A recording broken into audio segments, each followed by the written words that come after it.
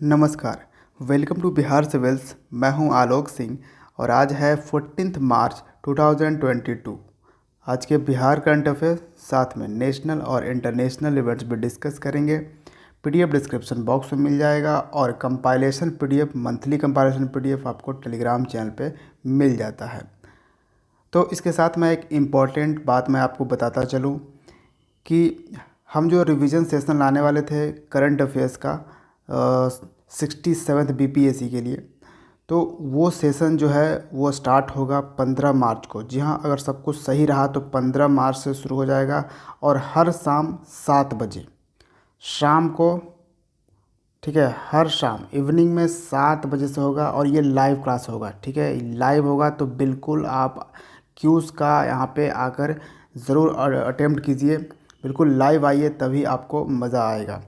और साथ में ये जो वीडियो है जो मैं डेली करंट अफेयर्स लेकर आता हूँ आपको, इसमें Bihar plus national plus international का कॉम्बिनेशन होता है। ये जो पहले 8 बजे आता था वो अब 7 बजे ही आ जाएगा और पहले ही आपको मिल जाएगा। तो ये सुबह में 7 बजे ये वाला वीडियो जो आता है और रिवीजन वीडियो शाम में 7 बजे। ठीक है, ये हमने आपका टाइम फिक्स रखा है। Question number 1, who has designed the world's first carbon negative shoes? विश्व का पहला कार्बन नेगेटिव जूते किसने डिज़ाइन किए हैं? तो ये डिज़ाइन करने वाले हैं Ravishekhar. Option A is the correct answer. और रविशेखर जो हैं बिहार के मधुबनी ज़िले से बिलोंग करते हैं। ठीक है, कहाँ से? मधुबनी से। और यहाँ पे आपको ये बात समझनी होगी, नेगेटिव जूते की बात की जा रही है, कार्बन नेगेटिव। अब आपको पता होगा हर चीज़ जो है वो कार्बन से बना होता है और ये जो चीज़ें होती है, जैसे अभी जो हम जूते यूज़ करते हैं उसका जो भी पार्ट है प्लास्टिक कंपाउंड से मोस्टली पार्ट है, यानी 98% जो हमारे जूते का पार्ट्स है वो प्लास्टिक कंपाउंड से बना होता है और उसमें होता है कार्बन। तो और ये पता है आपको कि ये कार्बन रिलीज़ होता है जब इन्वायरमेंट में, तो ये काफ़ी हानि पहुंचाता है। यहाँ तक कि ये भी आपको मालूम होना चाहिए कि जो हमारा फैशन इंडस्ट्री है, तो दुनिया में जो फैशन इंडस्ट्री है तो पूरी दुनिया का 10% जो ग्रीन हाउस आपको पता होगा, ग्रीन हाउस गैस में कार्बन वगैरह, कार्बन मोनोऑक्साइड वगैरह ये सब आ जाता है। तो ग्रीन हाउस गैस जो हमारा फैशन इंडस्ट्री है उसका तो मतलब पूरी दुनिया का 10% जो ग्रीन हाउस गैस है वो फैशन इंडस्ट्री से रिलीज़ होता है हर साल। जी हाँ, हर साल। तो यहाँ पे एक बड़ा काम इस बिहारी ने कर दिखाया है, रविशेखर ने। ये एक्चुअली में फुटवियर डिज़ाइनर हैं। ठीक है, कौन? रविशेखर। और इन्होंने पूरा टोटली ये जो जूता इन्होंने डिज़ाइन किया है वो टोटली प्लांट से बना है। बिल्कुल प्लांट बेस्ड ये जूता है और ये आराम से डिग्रेड हो सकता है। ठीक है। Bihar startup conclave 2022 has been organized in which district to promote a startup ecosystem in Bihar? Bihar startup conclave 2022 का आयोजन बिहार में स्टार्टअप इकोसिस्टम को बढ़ावा देने के लिए किस जिले में किया गया है? तो ये ज़िला है Patna. Option D is the correct answer. Patna के ज्ञान भवन में ये ऑर्गेनाइज़ किया गया था बिहार स्टार्टअप कॉन्क्लेव 2022। पिक्चर आप यहाँ पे देख पाओगे, जो हमारे इंडस्ट्री मिनिस्टर हैं शहनवाज हुसैन, बिहार के इंडस्ट्री मिनिस्टर। ठीक है, तो वो यहाँ पे एड्रेस कर रहे हैं। और ये जो उद्योग मंत्री हैं शहनवाज हुसैन, तो इनका 1 साल ये एज मिनिस्टर पूरा हुआ है। इस पे बिहार सरकार ने एक मैगज़ीन निकाला था जिसका नाम है उद्योग संवाद।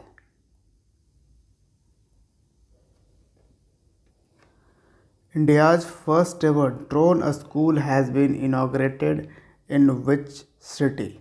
भारत के पहले ड्रोन स्कूल का उद्घाटन समझ रहे हैं। ड्रोन के स्कूल यहाँ पे है, ओपन हुआ है, पहली बार इनाग्रेट किया गया है। कहाँ पे? ग्वालियर में। Option C is the correct answer. Gwalior कहाँ है? मध्य प्रदेश में है आपका ये ग्वालियर शहर। और इसको इनाग्रेट किया किसने है? तो जॉइंटली इनाग्रेट किया है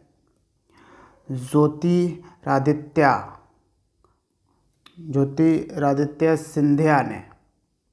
ये कौन है? Jyotiraditya Scindia union civil aviation minister हैं, ठीक है। और साथ में शिवराज सिंह चौहान, ये हैं chief minister of Madhya Pradesh. तो मध्य प्रदेश के वैसे 5 शहरों में ये स्कूल ओपन किया जाना है, ठीक है। कौन सा? Drone school. लेकिन ये उनमें से एक यहाँ पे ओपन हो चुका है ग्वालियर में। बाकी 4 कौन से शहर हैं? तो एक तो है भोपाल में भी ओपन होना है, इंदौर है, फिर जबलपुर है, ठीक है, और एक सतना है। इन सभी शहरों में ड्रोन स्कूल ओपन होने हैं। रिसेंटली मध्य प्रदेश के मांडू, उज्जैन और इंदौर शहर में सेलिब्रेट किया गया है मांडू फेस्टिवल, ठीक है। मध्य प्रदेश में एक ज़िला है खांडवा ज़िला में हाइड्रोजन प्लांट स्थापित किया गया। तो और ये देश का पहला कमर्शियल स्केल बायो मास बेस्ड हाइड्रोजन प्लांट सेटअप किया गया है खांडवा में।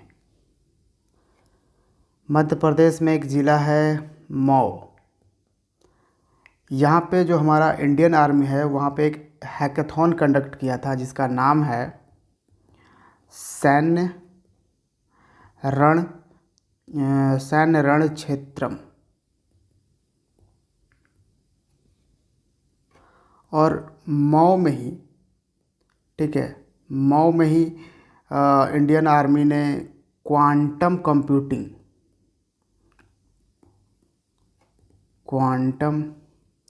कंप्यूटिंग लैबोरेटरी सेटअप किया गया है। मध्य प्रदेश के भोपाल में खेलो इंडिया यूथ गेम्स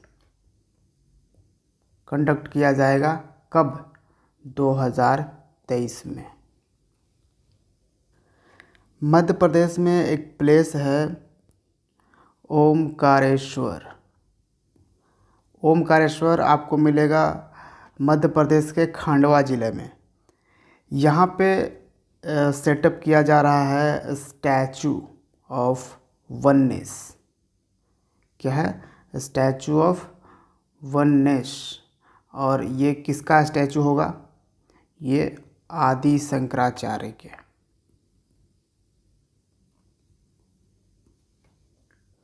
नेक्स्ट है reserve bank of India has stopped which bank recently from on boarding new customers.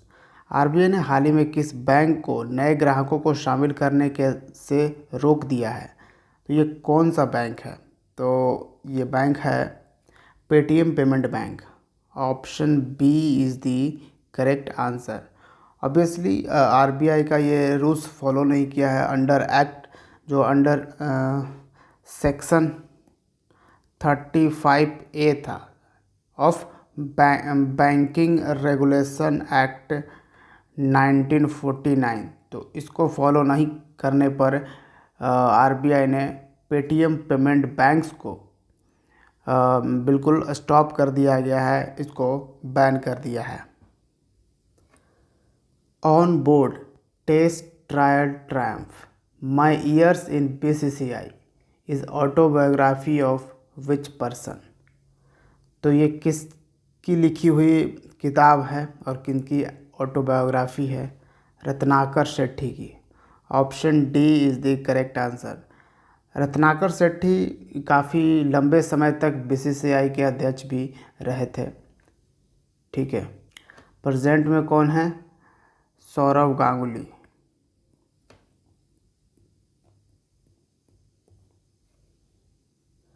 Next, recently retired S Sreesanth is associated with which sport. हाल ही में सेवानिवृत्त हुए एस श्रीसंत किस खेल से जुड़े थे? तो देखिए, जो श्रीसंत हैं ये एक क्रिकेटर हैं। Option C is the correct answer. और मैच फिक्सिंग में इन्हें 7 साल के लिए बैन भी कर दिया गया था बीच में, ठीक है। और इसके बाद अब काफ़ी टाइम ऐसे भी हो गया है, अब जाकर ये रिटायरमेंट ले रहे हैं। Next, Kaushalya Matritva Yojana has been launched by which state. तो कौशल्य मातृत्व योजना किस राज्य द्वारा शुरू किया गया है? तो ये राज्य है Chhattisgarh. Option B is the correct answer. और इस योजना के तहत क्या किया जाएगा? कौशल्य मातृत्व योजना, इस योजना के तहत फाइनेंशियल असिस्टेंस मिलेगा, ठीक है। कितने रुपए का? 5,000 रुपये का, उन महिलाओं को जो अपनी सेकेंड गर्ल चाइल्ड की पालन पोषण कर रही हैं, ठीक है। किन महिलाओं को? जो अपनी दूसरी बेटी की अगर वो पालन पोषण कर रही है तो उसके लिए 5,000 रुपये दिया जाएगा उन्हें, फाइनेंशियल असिस्टेंस। और रिसेंटली छत्तीसगढ़ की गवर्नमेंट ने एक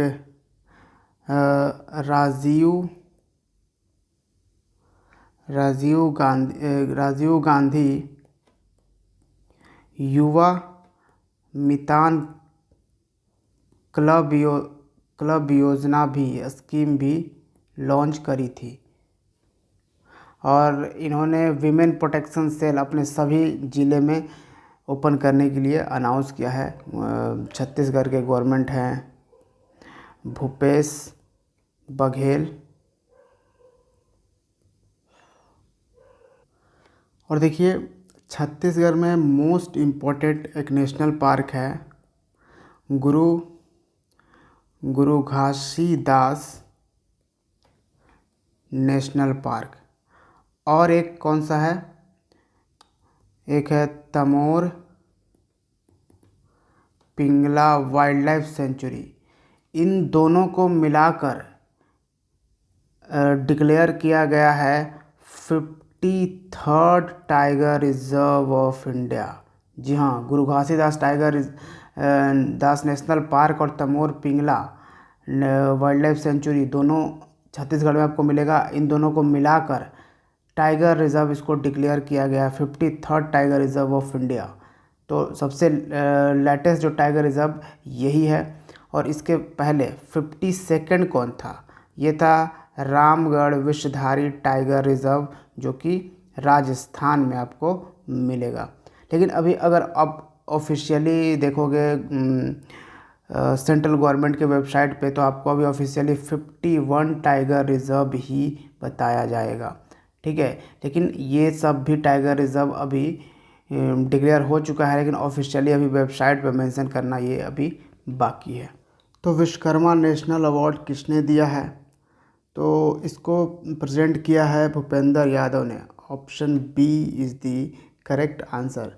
भूपेंद्र यादव जो हैं वो ministry of labour and employment इनके पास है, और ये मिनिस्टर हैं for environment and climate change के भी, ठीक है। तो विश्वकर्मा नेशनल अवार्ड जो हैं भूपेंद्र यादव ने कितने लोगों को दिया है? तो 96 लोगों को दिया है विश्वकर्मा नेशनल अवार्ड फॉर 2017, 18, 19 और 22 के लिए 96 लोगों को विश्वकर्मा नेशनल अवार्ड भूपेंद्र यादव ने प्रेजेंट किया है। और इसके साथ ही एक और अवार्ड इन्होंने दिया है, और वो था नेशनल सेफ्टी अवार्ड, ठीक है। ये 144 लोगों को दिया गया है नेशनल सेफ्टी अवार्ड। तो ये भी आपको याद रखनी है, ठीक है। क्वेश्चंस थोड़ा सा यहाँ पे लिखने में यहाँ पे मिस प्रिंटिंग हुआ है, तो वो चीज़ समझिएगा कि ये भूपेंद्र यादव को नहीं मिला, बल्कि भूपेंद्र यादव ने ही ये विश्वकर्मा नेशनल अवार्ड दिया है 96 लोगों को। Who will get the US international women of courage award for 2022?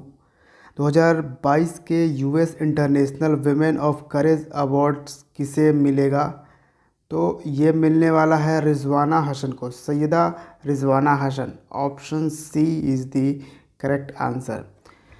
Rizwana Hasan जो हैं ये बांग्लादेश से बिलोंग करती हैं, ठीक है, और ये हैं एक लॉयर भी हैं, इन्वायरमेंटलिस्ट भी हैं, और इवन इन्हें 2012 में रामोन मैग्सेसे पुरस्कार भी दिया गया था। तो ये भी आपको याद रखनी है। 6 दिसंबर को बांग्लादेश और इंडिया ऑब्ज़र्व करते हैं मैत्री दिवस, ठीक है। बांग्लादेश की प्राइम मिनिस्टर हैं शेख हसीना,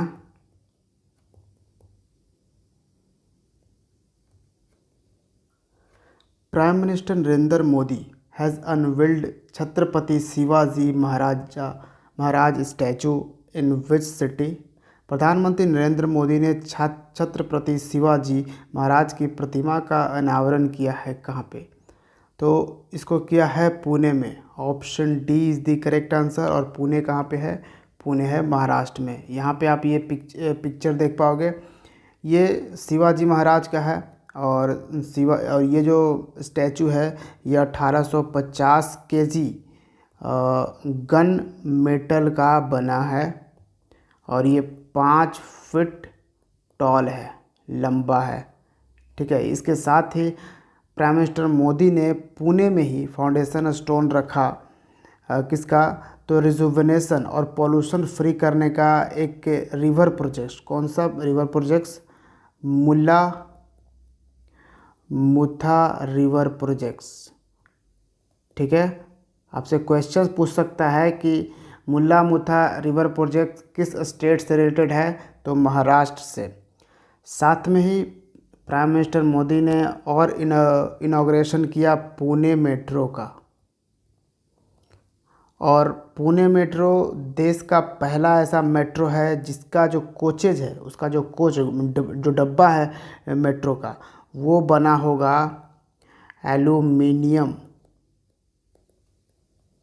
ठीक है, एल्यूमिनियम बॉडी होगा। और रिसेंटली प्राइम मिनिस्टर मोदी ने एक और स्टैचू को इनॉग्रेट किया है हैदराबाद में, ठीक है। हैदराबाद कैपिटल है, आपको पता होगा, तेलंगाना की। यहाँ पे कौन सी स्टैचू? Statue of equality. अच्छा, इस स्टैचू को स्टैचू ऑफ इक्वालिटी कहा जाता है। किनकी स्टैचू यहाँ पे लगाई जाएगी? तो ये हैं रामानुजाचार्य, ठीक है, रामानुजाचार्य की स्टैचू यहाँ पे लगी है हैदराबाद में। को स्टैचू ऑफ इक्वालिटी बोलते हैं। ये जो स्टैचू है रामानुजाचार्य के, ये पंच लोहा से बना है, ठीक है, 216 फीट का, ठीक है, 216 फीट का ये स्टैचू है, क्योंकि रामानुजाचार्य की। रिसेंटली कुछ और स्टैचू न्यूज़ में थी, जैसे एक स्टैचू थी अन्नपूर्णा देवी की, ठीक है, माँ अन्नपूर्णा देवी की स्टैचू, जिसको एक टाइम में चुरा लिया गया था काशी से। 100 साल पहले चुराया गया था, उत्तर प्रदेश काशी से चुराया गया था, जिसको रिसेंटली कनाडा की गवर्नमेंट ने लौटाया है। कनाडा से ये लौटाया गया है अन्नपूर्णा देवी की स्टैचू। एक और स्टैचू जैसे अवलोकितेश्वर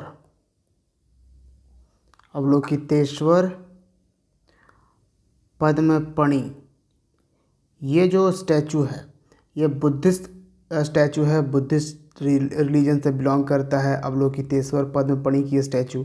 तो अवलोकितेश्वर पद्मपणि की स्टैचू जो है, ये जो मूर्ति है, इसको बिहार से चुराया गया था। कहाँ से? बिहार के गया गया जिले में एक मंदिर है, देवी स्थान कुंडलपुर मंदिर। कौन सा? कुंडलपुर मंदिर है, वहाँ से ये करीबन 2 दशक पहले ही चुरा लिया गया था। ठीक है। वही इलीगल तरीके से चुराया जाता है ये सब। तो रिसेंटली अवलोकितेश्वर पद्मपणि को किस देश ने लौटाया है? इटली ने। तो ये कुछ याद रखिएगा। Next, who has been appointed as the new president of financial action task force, यानी कि FATF। वित्तीय कार्रवाई कार्यबल FATF के नए अध्यक्ष के रूप में किसे नियुक्त किया गया है? तो यह है T Raja Kumar. Option B is the correct answer. T Raja Kumar जो हैं वो सिंगापुर से बिलोंग करते हैं। ये बन चुके हैं अब अध्यक्ष FATF की। FATF आपको मालूम होगा एक फाइनेंशियल एक्शन टास्क फोर्स जिसका हेडक्वार्टर आपको फ्रांस के पेरिस में मिलेगा। और FATF जो है वो 2 मेन इश्यूज़ पे काम करता है। पहला मनी लॉन्ड्रिंग, ठीक है, मनी लॉन्ड्रिंग पे ये काम करता है। और दूसरा टेरर फाइनेंसिंग,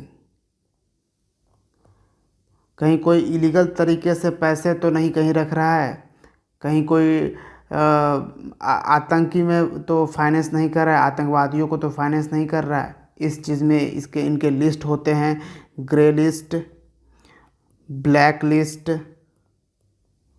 ठीक है। तो आपको अभी मालूम होगा रिसेंटली ग्रे लिस्ट में डाल दिया गया है UAE। यहाँ पे मनी लॉन्ड्रिंग का शिकायत बहुत ज़्यादा हो रहा था। और पाकिस्तान तो फॉरएवर है, ये है ग्रे लिस्ट में। फिर रिसेंटली पाकिस्तान से दोस्ती थी टर्की की, तो टर्की को भी डाल दिया गया है ग्रे लिस्ट में। ठीक है। ग्रे लिस्ट में डालने का मतलब कि उन पे हैवी तरह से सैंक्शंस लग जाते हैं। जो वर्ल्ड बैंक है या फिर IMF है, ये सब इन लोगों को क्या है कि जल्दी आसानी से पैसे लोन वगैरह नहीं देते हैं। और भी बहुत सारे फाइनेंशियल ट्रांजैक्शन में इन्हें प्रॉब्लम आता है इंटरनेशनली करते हैं तो। ठीक है। Next, which Indian grandmaster has won grand sachi catolica international open chess tournament? तो किस भारतीय ग्रैंड मास्टर ने grand sachi catolica international open शतरंज टूर्नामेंट जीता है? और ये जो टूर्नामेंट है ये इटली में हो रहा था। ठीक है। तो इसको जीतने वाले हैं SL Narayan. Option D is the correct answer. और रिसेंटली भारत की 23rd वीमेन ग्रैंड मास्टर कौन बनी है? प्रियंका नुटक्की। ठीक है। और भारत का 73rd grand master obviously mail अगर करें या फिर ओवरऑल करें तो कौन बना है? तो ये है भरत सुब्रमण्यम। तो ये था हमारा आज का करंट अफेयर्स। वीडियो को ज़रूर लाइक कीजिएगा। Thank you for watching Bihar civils. See you the next video. जय हिंद।